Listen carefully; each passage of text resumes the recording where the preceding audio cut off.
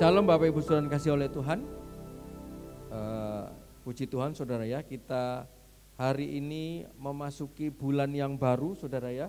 Bulan Februari pas pada tanggal 1 Februari, pas doa malam saudara, bukan suatu kebetulan kita datang mencari Tuhan. Saya percaya saudara di awal bulan kita datang cari Tuhan, itu bukti, itu tanda saudara ya, bahwa kita ini butuh Tuhan. Masih lama saudara, masih 11 bulan di 2024. Karena itu kita butuh Tuhan, kita harus tetap kuat saudara ya. Dalam melewati tahun 2024 ini bukan tahun yang mudah saudara ya, ini tahun yang sulit. Dan kekuatan itu saudara bukan didapat dari kita mungkin nge-gym, dari mungkin kita makan, dari mungkin kekuatan kita punya tabungan, punya pekerjaan, punya gaji. Tapi kekuatan itu kita dapat dari firman Tuhan.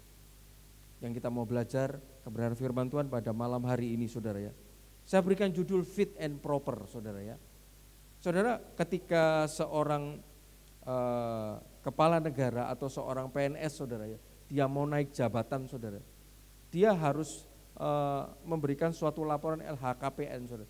Di laporan itu harus fit and proper, harus pas dan sesuai dengan image-nya orang yang akan dinaikkan jabatan itu saudara. Saudara, malam hari ini Tuhan taruh dalam hati saya ada sebuah firman Tuhan. Tahukah saudara di dalam Alkitab dari kitab Kejadian sampai kitab Wahyu saudara, cuman hanya 2 orang saja yang mendapatkan pernyataan atau mendapatkan tawaran daripada Tuhan. Tawaran apa saudara? Mintalah apa yang hendak kulakukan kepadamu. Saya belajar dari Kejadian sampai Wahyu cuma 2 orang yang dapat privilege ini saudara. Dikasih sebuah tawaran sama Tuhan, mintalah apa yang hendak kulakukan kepadamu. Satu pasti saudara tahu itu, yaitu Salomo saudara. Cuman malam hari ini kita tidak belajar mengenai Salomo saudara, kita belajar orang yang kedua. Ada orang yang kedua mendapatkan pernyataan yang sama, mintalah apa yang hendak kulakukan kepadamu. Kita mau lihat saudara di dalam 2 Raja-Raja 2 ayat 9 sampai dengan yang ke-13. 2 Raja-Raja 2 ayat 9 sampai dengan yang ke-13. Bagaimana orang ini kok bisa mendapat suatu privilege khusus ini, saudara, kita mau belajar. Yang penting saudara, orang ini di mata Tuhan dia fit and proper, dia cocok dan pas, sehingga dia mendapat privilege kehormatan khusus ini. 2 Raja-Raja 2 ayatnya yang ke-9 sampai dengan yang ke-13. Saya tunggu sampai semua bisa ketemu. Saya akan bacakan buat saudara, demikian kebenaran firman Tuhan. 2 Raja-Raja 2 ayat yang ke-9, demikian firman Tuhan. Dan sesudah mereka sampai di seberang, berkatalah Elia kepada Elisa, mintalah apa yang hendak kulakukan kepadamu sebelum aku terangkat daripadamu. Jawab Elisa, biarlah kiranya aku mendapat 2 bagian dari rohmu. Berkatalah Elia, yang kau minta itu adalah sukar. Tetapi jika engkau dapat melihat aku terangkat daripadamu, akan terjadilah kepadamu seperti yang demikian. Dan jika tidak, tidak akan terjadi. Sedang mereka berjalan terus sambil berkata-kata, tiba-tiba datanglah kereta berapi dengan kuda berapi memisahkan keduanya. Lalu naiklah Elia ke surga dalam angin badai. Ketika Elisa melihat itu, maka berteriaklah ia, Bapakku, Bapakku, kereta Israel dan orang-orangnya yang berkuda. Kemudian tidak dilihatnya lagi, lalu direnggutnya pakaiannya dan dikoyakkannya menjadi 2 koyakan. Sesudah itu dipungutnya jubah Elia yang telah terjatuh, lalu ia berjalan hendak pulang dan berdiri di tepi sungai Yordan. Saudara, kalau saudara baca seterusnya ayat 14 sampai 18 saudara ya, Pada waktu itu saudara, Elisa hanya seorang pemuda biasa saudara. Dia bukan nabi Tuhan, dia bukan orang yang dipilih Tuhan, saudara. Dia hanya seorang pemuda, anak muda biasa saudara. Yang pada waktu itu ditawari sebuah tawaran, sebuah kehormatan saudara. Melalui mulutnya Elia. Saya percaya saudara, ini tawaran diberikan Tuhan melalui Elia untuk berbicara kepada Elisa. Sama seperti Salomo saudara. Saudara, sebuah kehormatan, satu kehormatan besar saudara ya. Tuhan bisa berbicara melalui Elia untuk hanya seorang yang tidak terkenal, seorang pemuda yang biasa-biasa saja saudara. Dan orang-orang banyak menyebut dia kacungnya Elia, dia bujangnya Elia, dia pembantunya Elia. Tidak ada sesuatu yang spesial dari Elisa pada waktu itu saudara. Tiba-tiba dia mendapatkan satu kehormatan khusus. Elia, gurunya, nabi Tuhan, berbicara, mintalah apa yang hendak kulakukan kepadamu. Saudara, dan saya pelajari, yang diminta itu bukan berkat saudara. Malam hari ini, kalau perkataan yang sama ini datang kepada saudara dan saya, dari Tuhan, mintalah apa yang hendak kulakukan untukmu. Kalau perkataan ini menghampiri kita malam hari ini, saya percaya saudara, permintaan kita tidak jauh-jauh dari berkat. Tuhan berkati saya, pekerjaan saya, rumah tangga saya, pasangan hidup saya, keuangan saya, kesehatan saya. Tapi saya pelajari, seorang pemuda Elisa ini, dia tidak minta berkat saudara. Dia tidak minta promosi. Dan nanti itu kita akan lihat saudara. Saudara, sebelumnya kita mau belajar dulu bagaimana backgroundnya Elisa saudara. Siapa Elisa ini? Kok bisa dia mendapat satu kehormatan khusus? Saudara, yang penting bukan tawarannya mintalah apa yang hendak kulakukan kepadamu. Tapi yang penting yang kita mau belajar saudara, kenapa kok Elisa yang mendapat kehormatan ini? Kenapa kok bukan nabi-nabi yang lain? Pada zaman itu banyak nabi yang lain. Ada 150 muridnya Elia. Kenapa kok bukan 150 itu? Kenapa kok cuman Elisa? Ini yang kita mau belajar malam hari ini. Kenapa kok cuman Salomo yang mendapat perkataan mintalah? Dan saya yakin kan buat saudara, perkataan yang sama ini bisa datang kepada saudara dan saya. Yang penting kita tahu sebabnya, alasannya, kenapa kok Elisa mendapat kehormatan ini. Mau tidak mau kita belajar dari historinya Elisa saudara. Siapa Elisa itu saudara? Saudara, di dalam 1 Raja-Raja 19, saya akan ajak saudara melihat 1 Raja-Raja 19, ayatnya yang ke-19 sampai dengan 21 saudara ya. Di situ kita dapati Elisa itu seorang yang kaya, yang sukses, yang terampil, yang cekatan. Sekali lagi, dia seorang pekerja yang terampil, dia seorang yang kaya, dia seorang yang sukses saudara. Kita lihat saudara di dalam 1 Raja-Raja 19 ayat 19. Setelah Elia pergi dari sana, ia bertemu dengan Elisa bin Safat yang sedang membajak dengan 12 pasang lembu, sedang ia sendiri mengemudikan yang ke-12. Lihat saudara. Pada zaman itu yang dibajak itu adalah ladangnya Elisa sendiri. Dan dia, saya katakan, pekerja yang terampil saudara. Bayangkan membajak dengan 12 kerbau. Untuk mengendalikan satu kerbau besar saja susah. Tapi Elisa dengan kedua belah tangannya dia bisa membajak dengan mengendalikan 12 kerbau. Pasti dia ini seorang yang terampil saudara. Orang yang terampil dalam pekerjaannya pasti dia sukses. Dia punya kerbau 12 pasti kaya. Dia punya ladang dia kaya. Tapi satu hal yang membuat dia berbeda dengan lainnya. Saat dia bekerja, saat dia kaya, saat dia terampil, ketika dia dipanggil untuk pekerjaan Tuhan,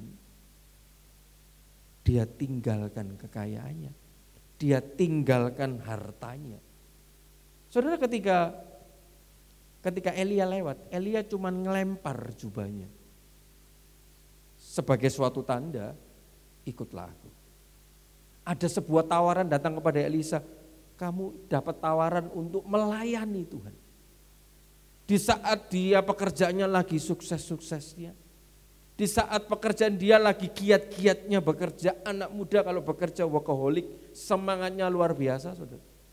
Tapi lihat, saudara, ketika dia mendapat tawaran untuk melayani Tuhan, dia tinggalkan semua, tidak tersisa. Saudara, kalimat ini ketika saya baca, dia tinggalkan semuanya, tidak tersisa. Ladang dia tinggalkan, kerbonya dia potong, dia sembelih, dan untuk membajak pakai kayu, dipakai untuk kayu bakar, saudara. Habis itu dibagikan semua, dia tinggalkan semua, tidak tersisa. Saudara, kalimat ini saya renungkan baik-baik.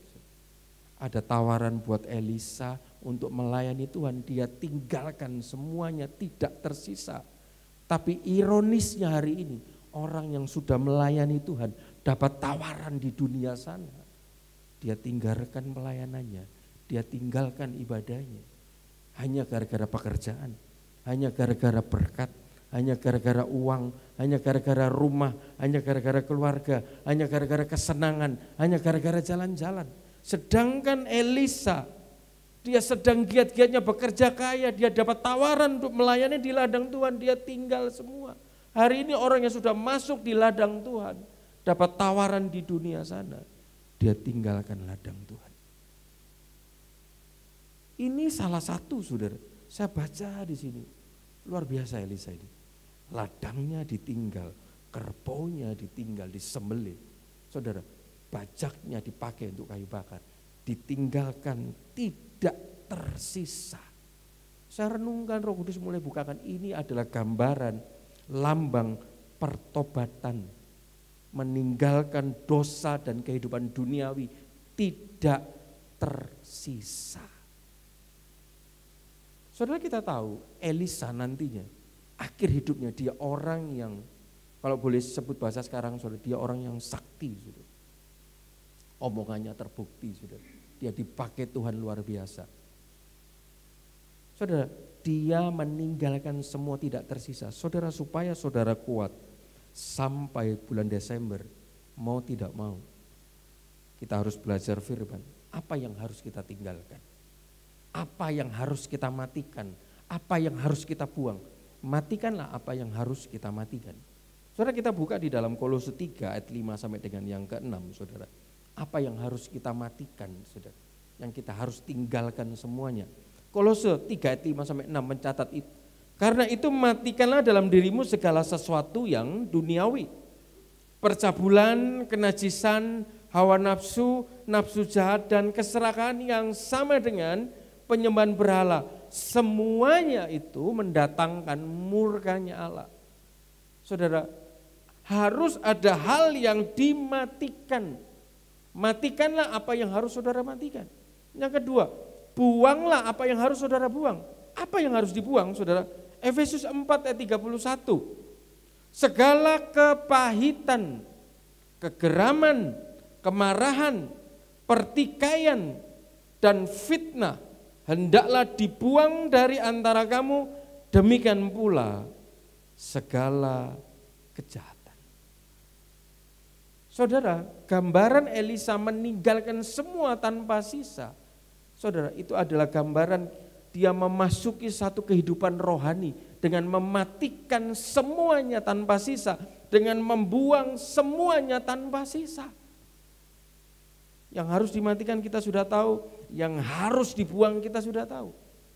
Sudah kok, aku sudah membuang marahku, pahitku, geramku, cuman satu itu, mangkelku aku belum bisa buang. Saudara, dikatakan buanglah tanpa sisa. Dan kalau kita bisa membuang, saudara, saya kasih tahu ada ayat yang luar biasa, saudara. Akan ada sebuah kuasa, saudara, sebuah dunamos, seperti kekuatan dinamit yang membantu mendorong kita untuk bisa menyelamatkan pekerjaan kita, keuangan kita, hubungan kita. Saudara, saya ajak saudara membuka di dalam Yakobus 1 ayat 21. Saya akan tunjukkan ayatnya saudara, saya ngomong bukan asal ngomong. Yakobus 1 ayat 21, kalau kita bisa mematikan semua, membuang semua, akan ada sebuah kuasa, dunamos, kekuatan yang membantu untuk menyelamatkan entah itu pelayanan kita, pekerjaan kita, keluarga kita. Saudara, Yakobus 1 ayat 21, sebab itu buanglah segala sesuatu yang kotor dan kejahatan yang begitu banyak itu, dan terimalah dengan lemah lembut firman yang tertanam di dalam hatimu yang berkuasa menyelamatkan. Kalau bagian pertama ini saudara, kita mau mematikan dan membuang semua tanpa sisa. Percayalah, Yakobus 1:21, akan ada sebuah dunamos, kuasa yang membantu kita menyelamatkan pekerjaan kita, menyelamatkan hubungan kita. Saudara, kadang orang, waduh, kerjaanku susah, banyak halangannya, keluargaku banyak rintangannya, cari uangku susah, banyak rintangannya. Saudara, kenapa kok dalam hidup orang itu banyak hal yang merintangi, saudara? Saudara, kita buka di dalam Ibrani, saya ingat Ibrani 12 ayat yang pertama, saudara.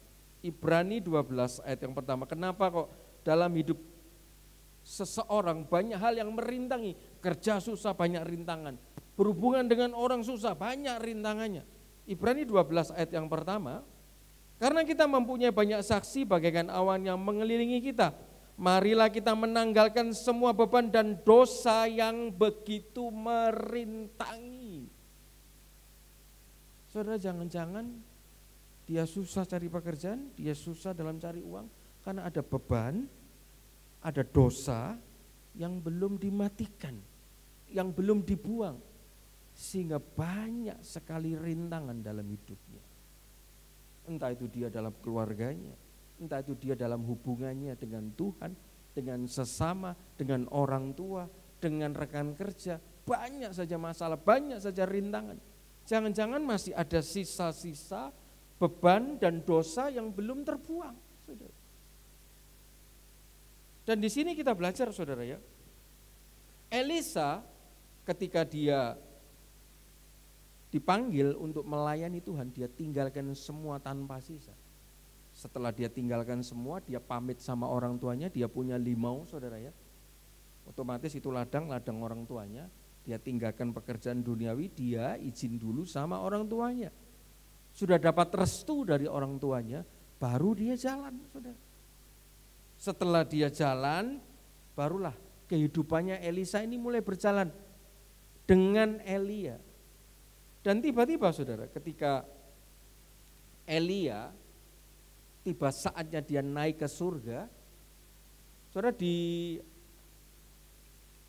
Gilgal, saudara, dia bilang sama Elisa, sudah, kamu tinggal saja di Gilgal, enggak usah ikut aku ke Betel.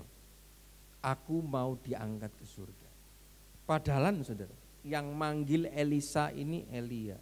Selama ini Elisa ini jadi bujangnya Elia. Kemana-mana Elia ikut, disuruh Elia, dia nurut, saudara. Untuk satu hal ini, dia enggak nurut. Gurunya ngomong, aku mau naik ke surga. Aku mau pergi ke Betel, kamu tinggal saja di Gilgal. Saudara, bagian kedua yang kita mau pelajari, ada jawaban yang luar biasa yang keluar dari mulut si Elisa. Tuanku, aku demi Tuhanku yang hidup dan demi hidup Tuanku, sekali-kali aku tidak akan meninggalkan Tuanku. Saudara, ada tawaran kepada Elisa untuk tidak setia. Kan dia ini orang yang setia, tapi ada tawaran diberikan langsung oleh gurunya, dicoba langsung oleh gurunya supaya dia tidak setia. Sudah, kamu tunggu di sini, tidak usah ikut aku lagi. Ada tawaran yang datang kepada Elia untuk tidak setia, tapi justru, saudara, dia memilih untuk setia. Zaman sekarang justru disuruh setia, disuruh taat, saudara. Malah marah, malah mutung, malah berkhianat, saudara. Malah lari, saudara. Justru ada tawaran ini, saudara, kepada Elisa untuk tidak setia. Tapi dia lebih memilih demi Tuhanku yang hidup dan demi hidup Tuanku. Sekali-kali aku tidak akan meninggalkan Tuanku. Dia tetap setia. Saudara, tahukah saudara, kesetiaan itu adalah kesukaannya Tuhan. Saudara buka di dalam Hosea 6 kuadrat. Hosea 6 ayat yang ke-6 bisa dibuka. Hosea 6 ayat yang ke-6. Sebab aku menyukai kasih setia dan bukan korban sembelian, dan menyukai pengenalan akan Allah lebih daripada korban-korban bakaran.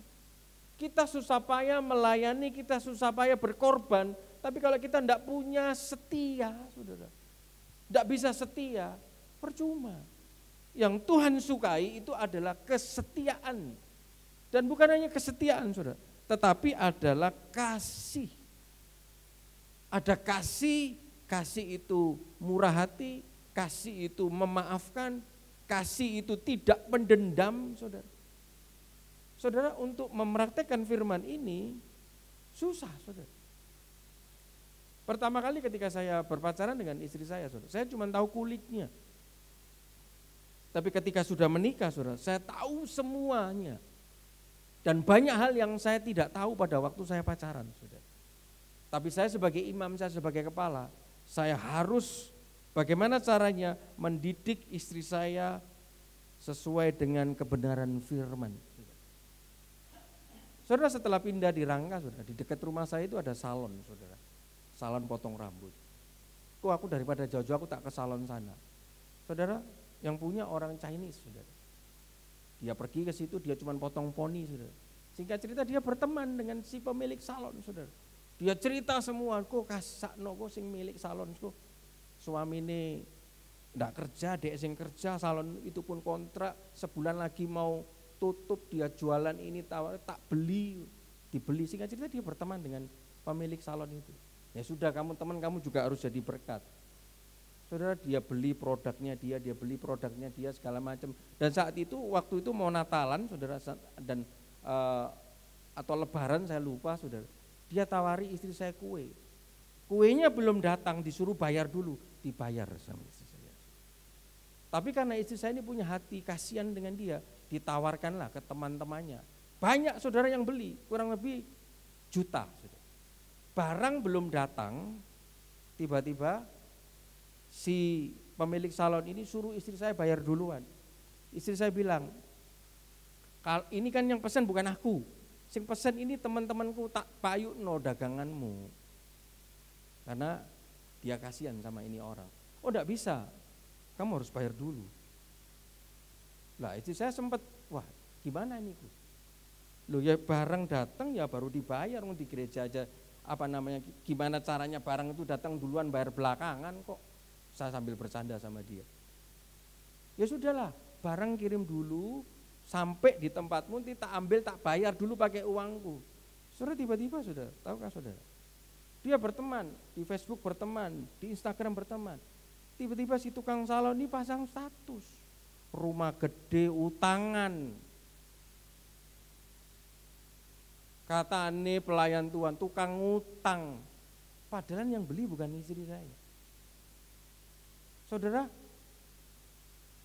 saya tahunya istri saya sifatnya itu, langsung sama dia, oh enggak apa-apa kok. Dia orangnya enggak terlalu banyak ngomong, saudara. Dia juga enggak kepingin banyak masalah, langsung sama dia diblok orang ini.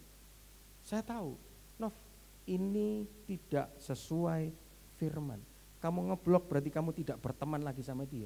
Firman Tuhan mengajarkan, kasihilah musuhmu. Kamu harus bisa menang atas perkara ini.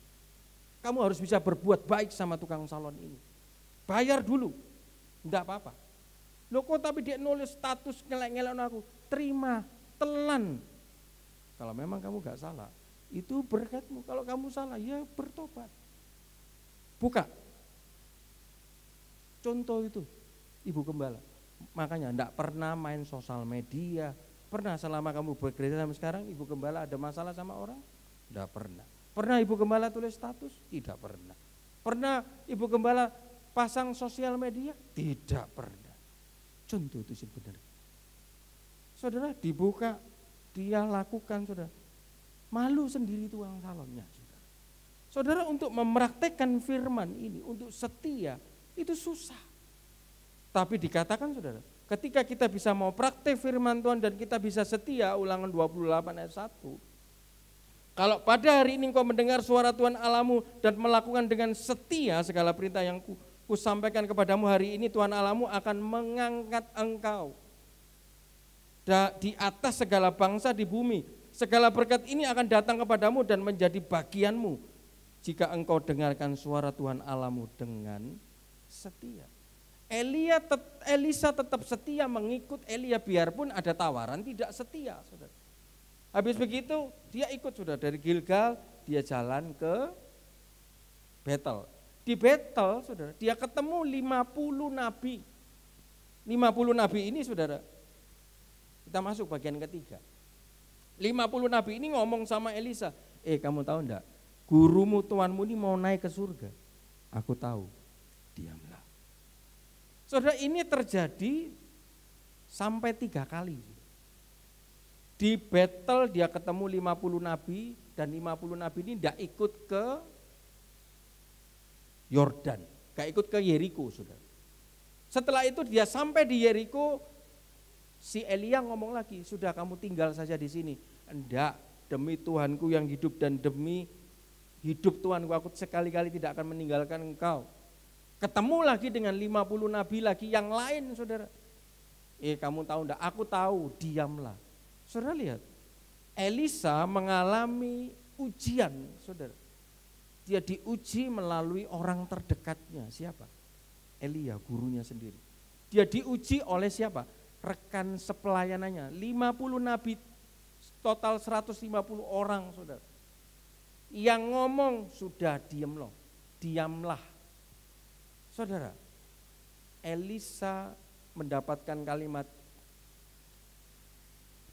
mintalah apa yang harus kulakukan. Ini tidak semata-mata dia hanya ikut ke Gilgal, ke Betel, ke Yeriko. Dia orang yang lulus ujian. Saudara, kita mau buka di dalam Matius 7 ayat 24 sampai 26. Saudara, firman Tuhan mengatakan apa, saudara? Tuhan ngomong kalau orang itu mendengar dan melakukan firman, dia orang seperti yang sedang membangun rumah di atas batu. Tapi kalau orang cuma dengar firman saja, tidak lulus ujian dan tidak mau melakukan itu firman, saudara, dikatakan dia sama dengan orang yang bodoh, saudara. Sama dengan orang yang bodoh. Saudara, firman apa yang kita dengar, saudara, bukan hanya sekedar masuk kanan keluar kiri, tapi kita harus melakukan firman itu. Supaya apa, saudara? Supaya kita ini apa yang sedang kita kerjakan punya fondasi yang kuat. Kalau kita hanya sekedar pendengar firman, saudara, kita bekerja di bidang A, bidang B, bidang C, tapi kita mendengar firman tidak melakukan, pekerjaan kita tidak akan punya fondasi. Keuangan kita tidak akan punya fondasi. Keluarga kita tidak akan punya fondasi. Tapi ketika kita mau melakukan firman, mendengar dan melakukan firman dan lulus itu ujian, saudara, kita akan punya satu fondasi yang kuat. Saudara, Elisa lulus 3 kali ujian, menghadapi 150 nabi dan menghadapi gurunya 2-3 kali disuruh dia tidak ikut. Saudara. Tahukah saudara, sebelum Tuhan memberkati umatnya, saudara, sebelum Tuhan memberkati umatnya, Tuhan itu mau mengurapi dengan sebuah urapan yang dahsyat. Kenapa, saudara? Karena berbahaya sekali kalau manusia diberkati limpah tanpa ada kelayakan perkenanan dari Tuhan. Kekayaan itu, berkat itu bisa jadi bumerang, saudara. Sekali lagi, bahaya sekali ketika satu manusia dia diberkati dengan limpah tanpa ada kelayakan perkenanan Tuhan. Karena kekayaan itu adalah ujian, saudara. Jadi jangan berbicara, oh gerejanya sepi, gerejanya banyak. Saudara, saya pelajari ada sebuah gereja, tahun 60-an di Belanda itu gereja terbesar. Saudara, kita tidak ada apa-apanya, saudara. Jemaatnya sampai ratusan ribu, gedungnya paling besar di Belanda. Pendetanya namanya Johann Masbach. Itu gereja tahun 60-an top, tapi cuma 30 tahun.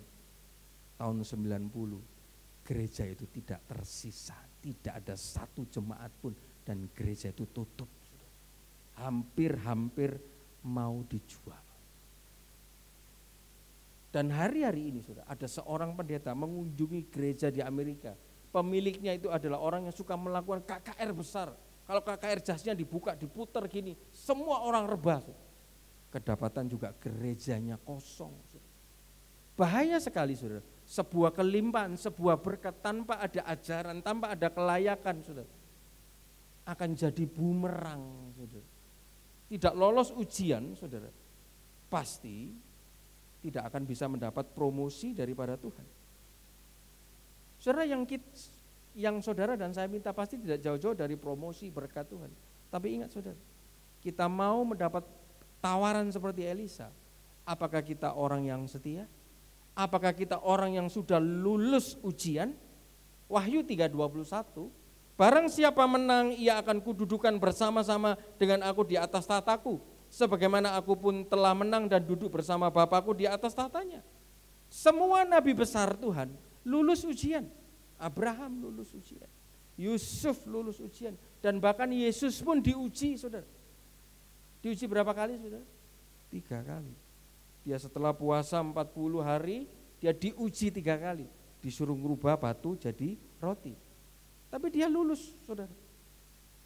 Hidup manusia bukan hanya dari roti saja, tapi dari perkataan firman. Orang yang bisa lulus ujian, saudara, dalam hal apapun. Saudara, di sekolah itu ujiannya bukan hanya PPKN saja. Ada biologi, ada matematika, ada pelajaran bahasa Inggris, bahasa Mandarin, saudara, bahasa daerah. Hari ini anak saya ulangan bahasa Inggris, kemarin bahasa daerah, saudara. Ditanyai, saudara, gajah anaknya apa? Beleduk atau siapa, saudara. Ditanyai sama mamanya. Tapi kalau anak saya cuma bangga, oh aku lulus ujian bahasa daerah, tapi bahasa Mandarin, Inggris, matematika enggak lulus. Ujian itu harus lulus semua. Kalau lulus ujian, itu akan dapat promosi dari Tuhan. Saudara tahu hari ini, saudara, yang saudara pakai WhatsApp, itu yang nyiptakan siapa? Namanya Mark Zuckerberg. Di tahun 2018, saudara, dia pria berpenghasilan 1 jam 25 miliar. 1 jam 25 miliar. Berarti 1 menit 420 juta. Berarti 1 detik ngomong dapat 7 juta. Bayangkan 1 jam 25 miliar, 1 hari 24 jam, 600 miliar 1 hari, saudara. Mark Zuckerberg, dia orang yang tidak lulus kuliah. Bagaimana caranya dia bisa 1 jam bisa mendapat 25 miliar? Tahukah saudara? Dia sekolah IT tidak lulus. Tetapi ketika itu dia tidak lulus, dia mempunyai sebuah penemuan. Saudara, saya juga penasaran, ya apa caranya, saudara? Dia orang Amerika berkebangsaan Yahudi, dia bukan orang yang lulus kuliah, tetapi di tahun 2018, 1 jam penghasilan dia 25 miliar hanya dari WhatsApp. Belum Facebooknya dia, yang nyiptakan Facebook juga dia, saudara. Saudara, ternyata ketika dia tidak lulus kuliah, dia mempunyai penemuan, saudara. Penemuan yang mengenai WhatsApp ini. Dan ketika itu dia bawa kepada profesornya dia di universitas. Dia ngomong, Prof, ini aku ada penemuan ini. Kamu tunggu ya, saya masih ada urusan ini, urusan ini. Saudara, pada waktu itu masih jam 12 siang. Biografinya dia mencatat dia datang ke kampusnya, tempat dia kuliah tapi tidak lulus, drop out, saudara. Dia punya penemuan, dia mau menunjukkan kepada profesornya, disuruh nunggu sama profesornya karena dia ada urusan A, urusan B, urusan C. Jam 12 dia nunggu. Namanya profesor, saudara, urusannya banyak. Apalagi mahasiswa drop out, saudara. Tidak digubris sampai jam 3 sore, jam 4, jam 5, jam 6, jam 7 sampai jam 8. Dan di dalam bukunya ditulis dari jam 12 sampai jam 8 malam. Dia ini lapar, tapi dia takut kalau dia meninggalkan tempat duduknya, dia menunggu, tiba-tiba profesornya keluar tidak menemui dia tidak bisa bertemu. Dia tahan ujian laparnya. Dia kebelet kencing, saudara. Saya tahan karena nanti takutnya saya kencing, profesor keluar, enggak ada saya ditinggal. Dia tahan kencingnya dia. Dia tahan capeknya dia dari jam 12 sampai jam 8 malam, tiba-tiba profesornya lupa, dia keluar. Loh, kamu masih ada di sini? Oh sorry, aku lupa sama kamu. Ayo ikut ke lab saya. Jam 8 malam diajak ke labnya dia tunjukkan, dibukakan sama profesornya ilmunya semua. Ini loh kamu harus begini. Sampai hari ini jadilah dia Mark Zuckerberg. Salah satu orang terkaya di dunia karena dia adalah orang yang lulus ujian. Bagian terakhir ini, saudara. Kenapa Elisa mendapat pernyataan mintalah? Sejak masa mudanya Elisa sudah punya hasrat yang kuat dan besar dalam mencari Tuhan. Sekali lagi, saudara, firman Tuhan di dalam Amsal 4 ayat 23, jagalah hatimu dengan segala kewaspadaan karena dari situlah terpancar kehidupan.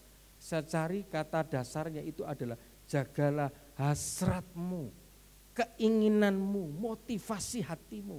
Selama ini kita ke gereja, selama ini kita melayani, apakah hasratnya untuk kita cari berkat, atau hasratnya untuk menguntungkan diri kita, atau hasratnya untuk menyenangkan hati Tuhan? Kalau kita bisa menjaga hasrat kita dalam melayani, tidak haus pujian, kita melayani yang terbaik kita kasih sama Tuhan. Ayat terakhir, saudara, Yakobus 1 ayat 3 sampai 4 kita mau baca. Hidup kita kalau kita bisa jaga hasrat kita menang dalam segala ujian, saudara. Kita tidak akan kekurangan suatu apapun juga. Yakobus 1 ayat 3 sampai yang keempat. Sebab kamu tahu bahwa ujian terhadap imanmu itu menghasilkan ketekunan. Dan biarkanlah ketekunan itu memperoleh buah yang matang, supaya kamu menjadi sempurna, utuh, dan tidak kekurangan suatu apapun juga. Saudara, saya seharusnya tidak berdiri di tempat ini, karena saya dapat klien orang Batu Licin, saudara. Saya tutup dengan cerita ini, saudara ya. Saya dikasih tugas saudara Andre, kok khotbah? Saya sudah bilang iya. Klien saya ini, Pak Alek, kamu harus ke sini. Ini masalah enggak bisa kalau kamu enggak ke sini. Tak belikan tiket, tak kasih sangu. Pulang pergi tak kasih hotel di sana. Saudara, ke Batu Licin saya belum pernah ke sana. Oh iya, kamu nanti harus ke Banjarmasin dulu.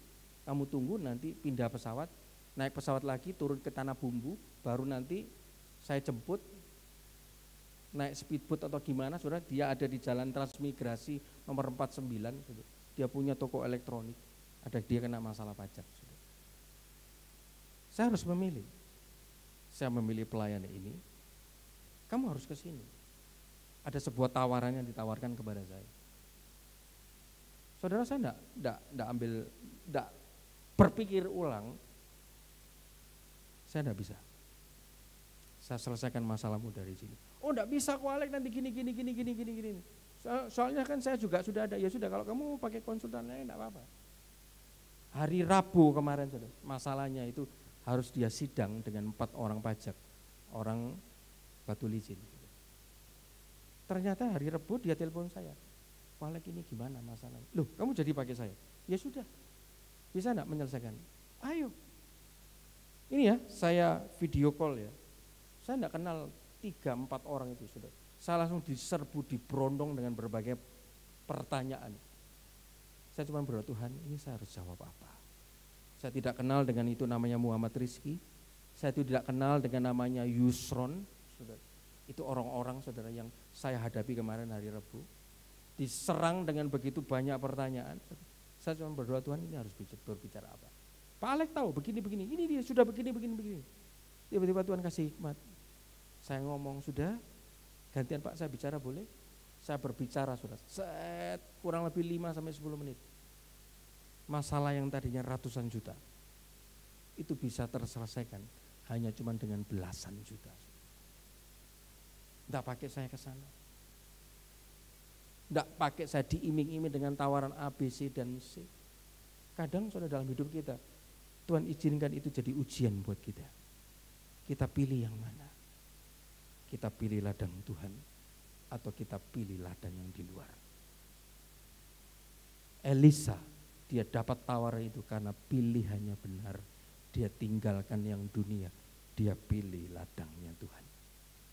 Ada sebuah tawaran yang besar buat Elisa, dan tawaran itu tidak putus sampai di Elisa. Kalau jemaat surya kebenaran yang pada malam hari ini kedapatan setia, kedapatan lulus ujian, kedapatan sudah mematikan dan membuang semua hal yang duniawi, tawaran mintalah apa yang hendak kulakukan kepadamu, itu juga akan bisa datang kepada jemaat surya kebenaran. Puji Tuhan, demikian firman Tuhan. Semoga bisa menjadi berkat. Saya kembalikan kepada Bapak kembali.